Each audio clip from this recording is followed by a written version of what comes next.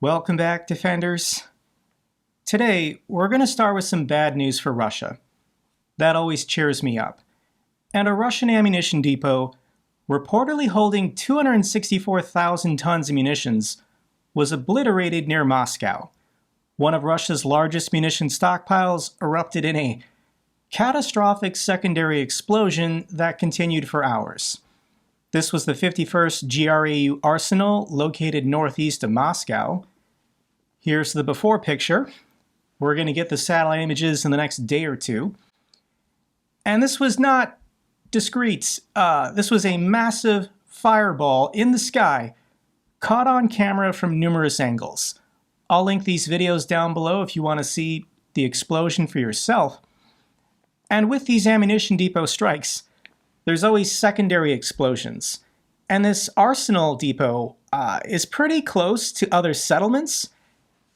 And there's missiles and rockets from the blast landing everywhere.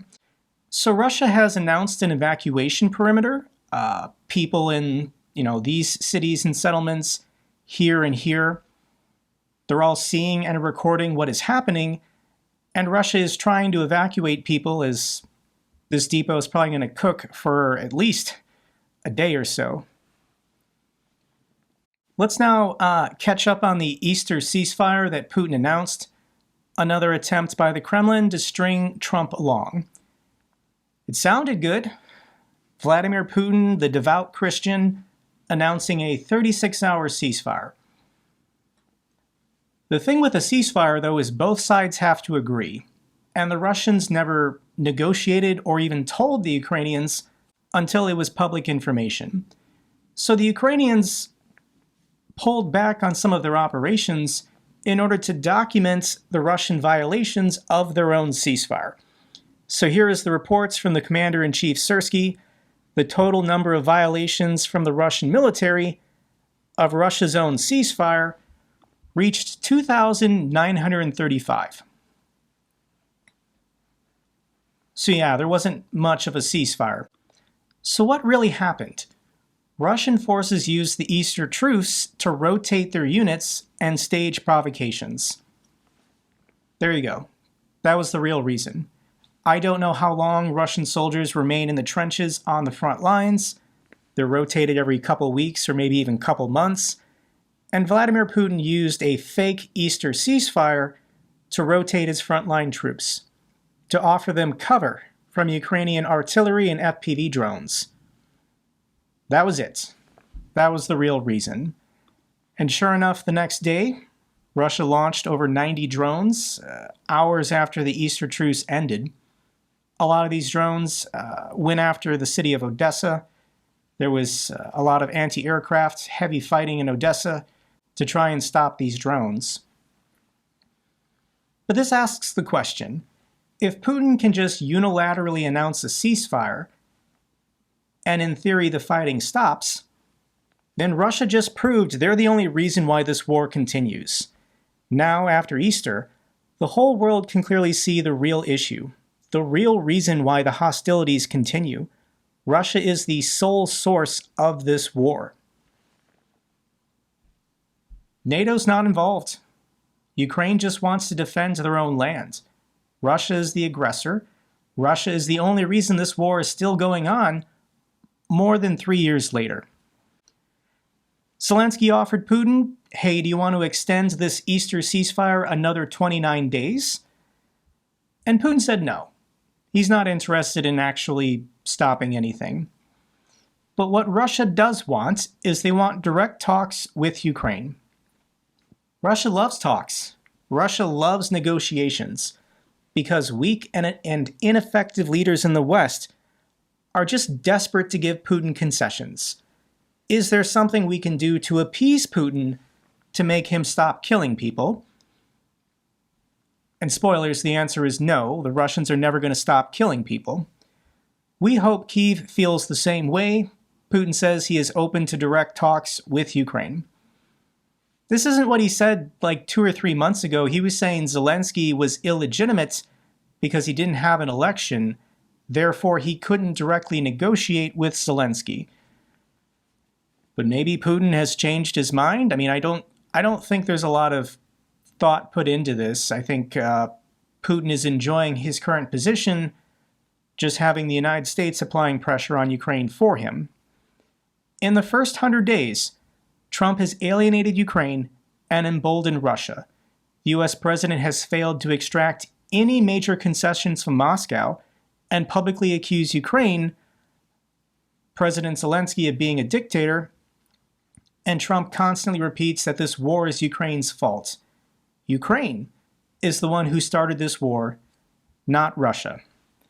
So here is where we get into maybe the end game for US-led peace talks. According to the Wall Street Journal, there's a US peace proposal to freeze the current front lines and have the United States recognize Crimea as belonging to Russia, as well as the United States promising to always block Ukraine's NATO bid. And they put on a deadline. Kyiv is on the clock to respond to the Trump plan to end the Ukraine conflict. This is the United States giving an ultimatum to Ukraine. Ukraine has to recognize Crimea as belonging to Russia, publicly declare they will abandon any attempt to join NATO, and then something about agreeing to a neutral zone around the Zaporizhia nuclear power plant.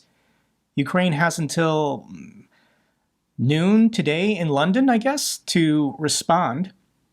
The proposal offers nothing to Ukraine.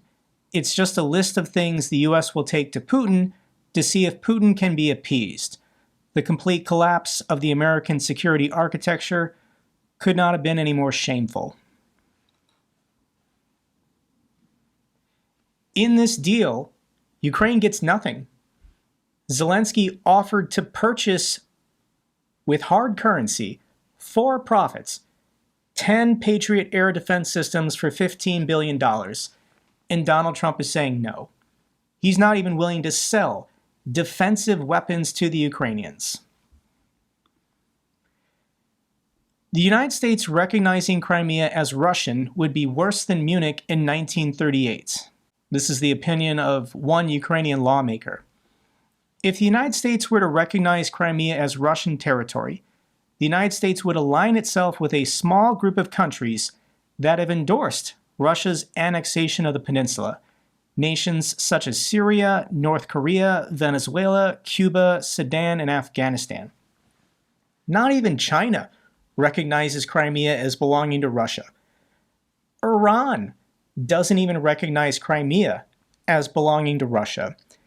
This move would place the United States in the company of authoritarian regimes and Russian client states, distancing itself from its democratic allies.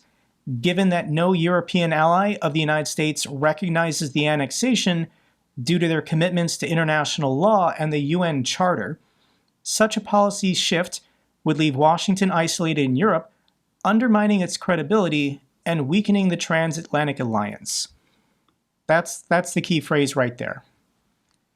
The United States is declaring itself as a Russian client state, willing to bow down to Putin and say to Putin, we'll do whatever you want. Just be our friends. Just ally with us against woke Europe, woke Canada.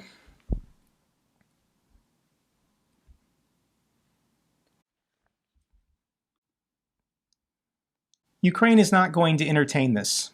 Ukraine is not going to surrender to this ultimatum being offered by Donald Trump. Zelensky's office responded to the rumors the United States might recognize Crimea as belonging to Russia. And all negotiators, whether in Saudi Arabia or France, clearly state that Ukraine's territorial integrity is not up for discussion. Zelensky has admitted Russia controls this territory, and Russia might continue to control this territory far into the future. But that is different than ceding the territory, saying this territory is not ours, it is gone forever in perpetuity, and belongs to the people who killed people to take that land.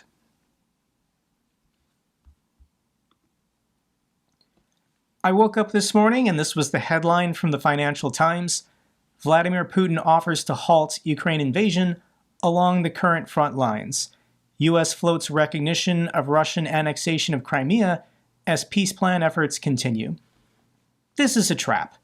This is Vladimir Putin, Steve Witkoff, and Donald Trump collaborating to humiliate Ukraine, humiliate the Europeans, have the United States unilaterally recognize Crimea as belonging to Russia, to demoralize the transatlantic alliance, the democratic world.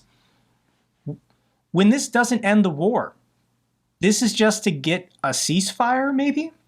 But that's not a peace deal. Putin is not going to stop conscripting. Putin is not going to stop building new tanks and weapons. This is just the delay tactic for him of this year. Maybe he will freeze the war temporarily, but he's going to start it again. And he's indicating, he's telling everyone in the world publicly he wants more. Putin invoked the term Novorossiya on April 21st at the Service All-Russian Municipal Awards ceremony, claiming that municipal workers are working in very difficult conditions in the regions of Donbass and Novorossiya. So initially, what was this war about going back to 2014? Well, Russia just wanted Crimea. Russia just wanted control of the naval base for its strategic location on the Black Sea. Russia just wants Crimea. That was 2014. Fast forward a couple years, and now Russia wants the Donbass region. This is a majority Russian-speaking region. Russia just wants this as well. But then we have the problem of Crimea not being connected. So now we need the land bridge. Zaporizhia and Kherson, Russia needs those as well. And now Putin is using the term Novorossiya, meaning New Russia. This was a Russian Empire term for this region of Ukraine. But that includes, geographically, it by definition includes Kharkiv, Dnipro, Mykolaiv, and Odessa. And you can just think this through logically.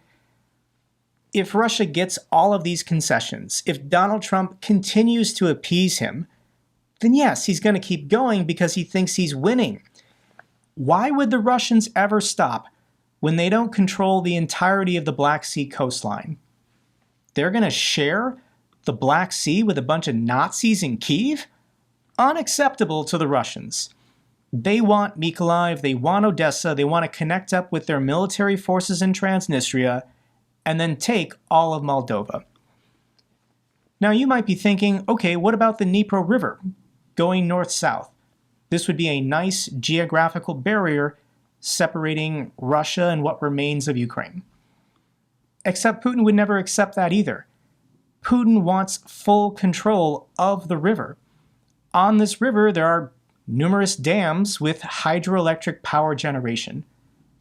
The Russians are not going to share this river, and they're not going to not control the navigation of the river, as well as these hydroelectric power plants. So where is the new border that Russia would ever someday accept? And they want Kyiv. The capital of the Kievan Rus, the mother city of modern Russia, according to some people. Like, this is insane, but you can logically think this through. Russia probably wants the final border to be either here or maybe even here, and then push anyone who won't accept that they're Russian into this rump state landlocked between Romania, Belarus, and Poland. Putin's not going to stop. There's no stopping him. And it should be obvious that offering expanded trade opportunities to Russia, or guarantees that Ukraine will never join NATO, will not stop Russia's wars. Russia already traded extensively with Europe, and Ukraine's NATO bid was blocked for decades, and Russia still invaded Ukraine twice. These are not meaningful carrots. For Donald Trump to say Ukraine will never join NATO, and we're going to trade with you, Russia. That's the deal that Russia already had prior to 2014, and they still invaded Ukraine. This nonsense about Ukraine joining NATO was never going to happen. Turkey was blocking it, Hungary was blocking it, Germany was blocking it. As long as the Nord Stream pipeline was piping gas to Europe, Ukraine was never going to join NATO. There was no threat, ever, to Russia in any way. It's all nonsense. So what does Donald Trump really want from all this? And the Kremlin is weighing offering a Moscow skyscraper to Trump for his service to Russia. Russian officials discussed the possibility of reviving plans for a Trump Tower in Moscow to entice the US president to reset relations. According to sources familiar with the matter, Kremlin officials consider proposing the idea of a big deal, which reportedly would include a 150-story skyscraper and would involve Trump himself attending the groundbreaking ceremony in Moscow. Yes, this is how you win over the favor of the President of the United States. Donald Trump has not divested himself from any of his businesses. There is no blind trust managing his assets. Every decision that Donald Trump makes involves enriching himself in some way. So for 40 years, Donald Trump has dreamed of a Trump Tower in Moscow. Now, how it works with these stupid towers, Trump Tower here in Vegas, Trump Tower in Chicago, Trump Tower in New York, Donald Trump doesn't actually own or manage the buildings. He just has a licensing agreement, and he puts his name on the building. So what Vladimir Putin can do is he can offer one of these buildings in downtown Moscow to Trump, and Trump just gets to put his name on it. Trump gets to sell Trump merchandise in the gift shop in the lobby, and he gets a commission for licensing his name. But that's all Donald Trump wants. It's just about prestige, name recognition, wealth. He doesn't actually care that people are dying. And Russia will betray the United States at the first opportunity, despite Trump's economic deal strategy. This is according to a former Ukrainian minister. Vladimir Putin is getting old, but something that Vladimir Putin has that Donald Trump might not have is more time. I think Putin is 71 or 72 now, and Donald Trump is almost 80. Putin doesn't care. He will stab Trump in the back even if they sign a grand deal and Trump gets to put his name on a building in downtown Moscow. What is saving us? What is saving the free and democratic world right now is that everyone that Donald Trump is appointing to important positions, they're all idiots. U.S. Defense Chief shared sensitive information in a second Signal group chat. This is a scandal breaking once again. And Pete Hegseth is an idiot. I've known this since I listened to his confirmation hearing. But the White House has not already begun its search for a new Secretary of Defense. He's going to stay in the position probably for another couple days or maybe even a week or two. And then the White House is going to announce who will replace him. He's going to give some sob speech saying he wants to spend more time with his family and friends, blah, blah, blah. But I think Donald Trump has lost confidence in him. This video went viral of Pete Hegseth sounding crazy at the White House Easter egg roll. And Pete Hegseth's kids were there. His kids were listening to him screaming about the fake news media and it's a witch hunt and he did nothing wrong. When yes, he's sharing classified information in a group chat with his wife and brother, who do not have security clearances. I'll link this video down below. I know in the comments people are going to say, don't bring his children into it. But Pete Hegseth is the one who sounded like a lunatic in front of his own children. So I honestly, out of concern for his family, I don't think he should be doing this job.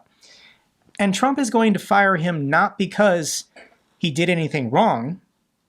Trump wants people working for him to commit illegal acts. He's going to fire Pete Hegseth because Pete Hegseth is not effective.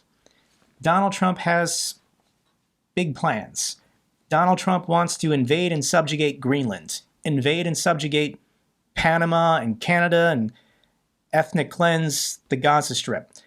And Pete Hegseth was supposed to be the attractive, strong-looking, media-savvy guy to handle the press, to handle the public, as American soldiers are killing people to steal their land. And this guy can't do it. He's just too dumb and incompetent. And going back in time 4 months ago, Pete Hegseth had a pretty good life. He was the weekend host of Fox and Friends. He only worked 2 days a week. He was allowed to show up drunk to work. And he was banging hot chicks and getting lots of women pregnant. I understand how shocking it is to hear me speak casually about these people.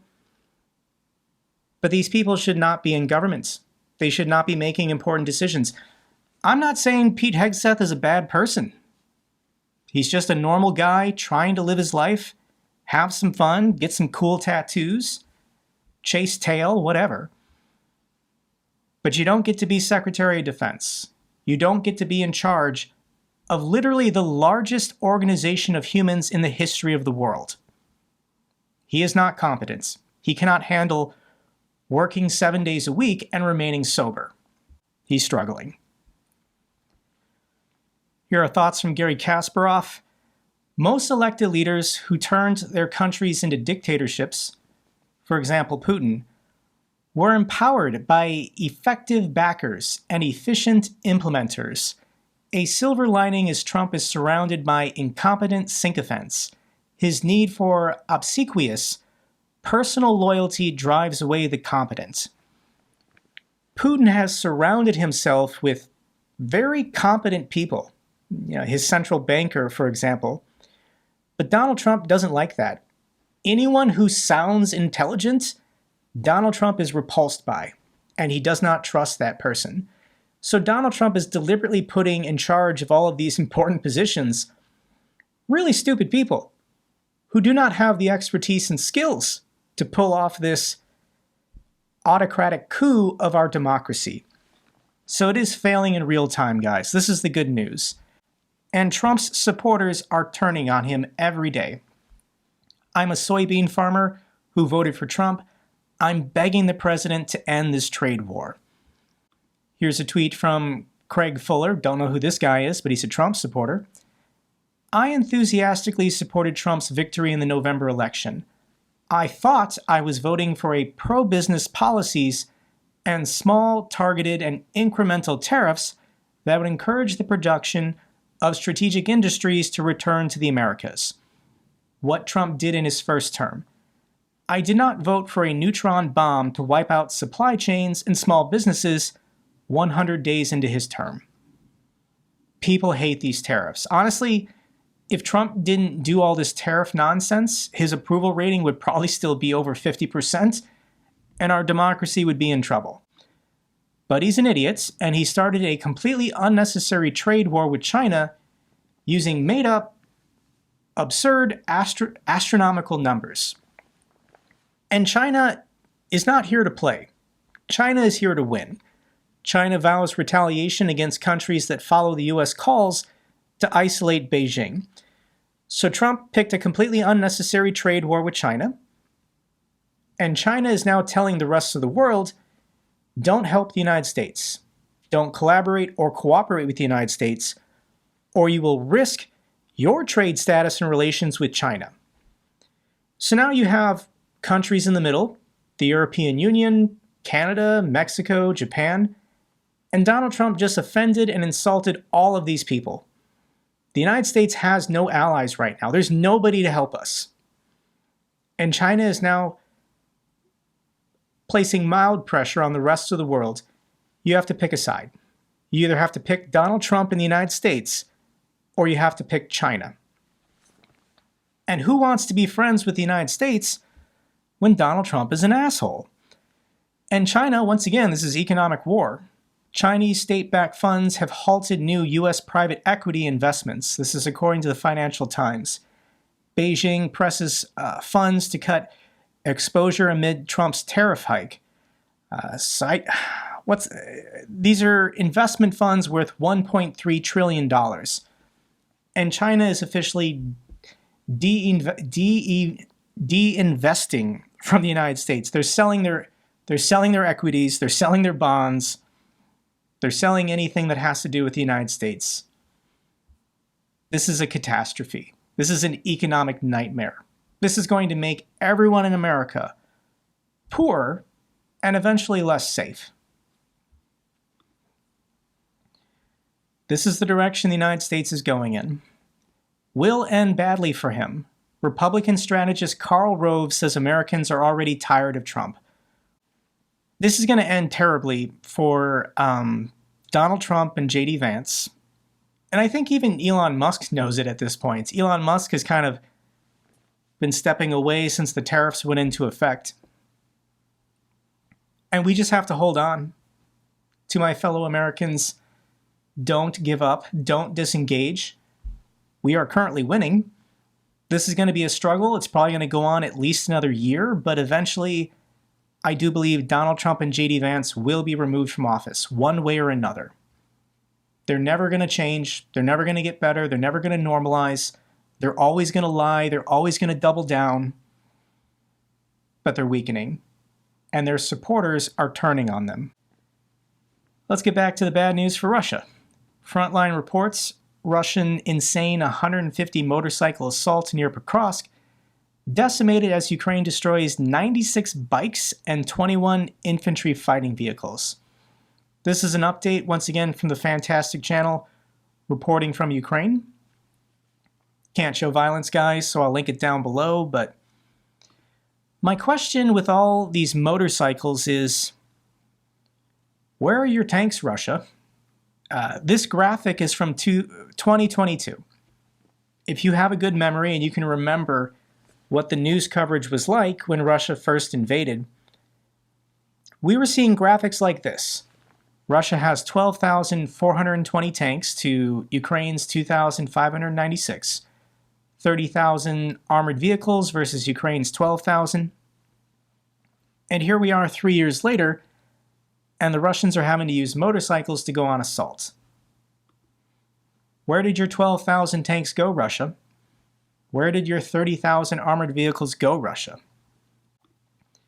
If you watch this channel, you know the truth. Also, their supply vehicles and their supply trucks are gone, all destroyed by FPV drones. So we got another donkey video, guys. Here is another Russian donkey video. Короче, УАЗики закончились, Уралы закончились, транспорт доставки, вон пацаны идут, короче, ведут ослика. Да, ослик? Это она или он? Ой, ты, привет. Зоопарк. I feel sorry for the donkeys. One piece of good news for Ukraine today. Ukraine gets IT equipment for military from Luxembourg and Iceland worth $2.3 million. Thank you so much to the fantastic people of Luxembourg and Iceland. Final video I have for you, once again, this is what this war is about. This is what Ukraine is fighting for. This is the soldier parts of the city cemetery in the town of Bucha.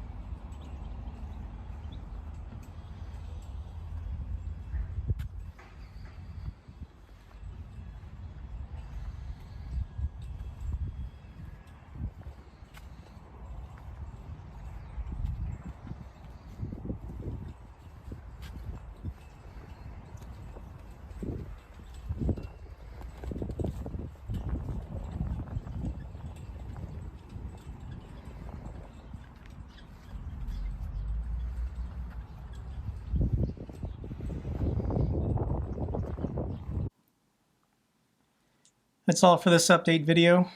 Glory to Ukraine, glory to the heroes. If you found this video informative, give me a thumbs up, best way to support the channel. Comments and questions, let me know down below. I love hearing from you guys.